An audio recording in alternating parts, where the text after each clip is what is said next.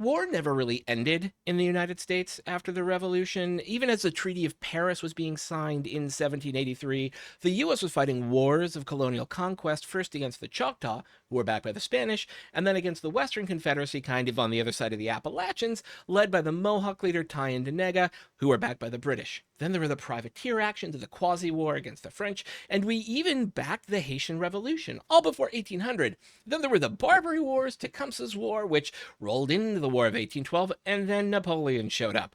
So not only was America tussling with the British, but also the French, the Spanish, and multiple Native American groups for supremacy of the continent.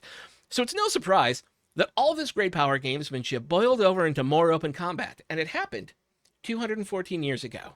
I'm Sean Ravenwood. This is History Undaunted. It is June 18th. Let's talk about the start of the War of 1812.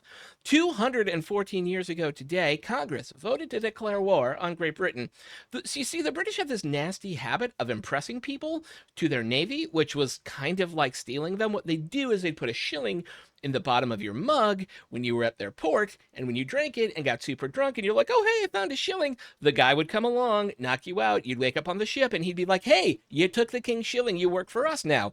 When this happened to something like 10,000 American citizens, needless to say, the U.S. was a little irked, and because of the war with France, the British were limiting trade, even with neutral nations like the United States, who very much didn't want their trade with France impeded. And finally, the British were concerned about the U.S. expansionism into the West, into Native American territories, and so were supporting indigenous tribes in their resistance to white settler colonialism on the western side of the Appalachians in what was called the Northwest Territory. And this wasn't for like any humanitarian reason, but because the British saw the writing on the wall, westward expansion would make the United States a major power in the decades to come. So, because of all this, the U.S. sent a missive today, 214 years ago, declaring war. The tragedy is that the British were sending a missive in the other direction going, hey, maybe we should chill out and not fight, but it was too late.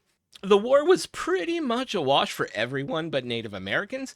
Both the American invasion of Canada and the British invasion of the US essentially failed, but they both burned each other's capitals, so they got something out of the deal, I guess. America's biggest victory happened at the Battle of New Orleans, which was literally after the treaty was signed, where Andrew Jackson was catapulted to fame. This to the great sadness of future generations of Native Americans, speaking of whom, they're the ones who got the real fuzzy end of the lollipop here.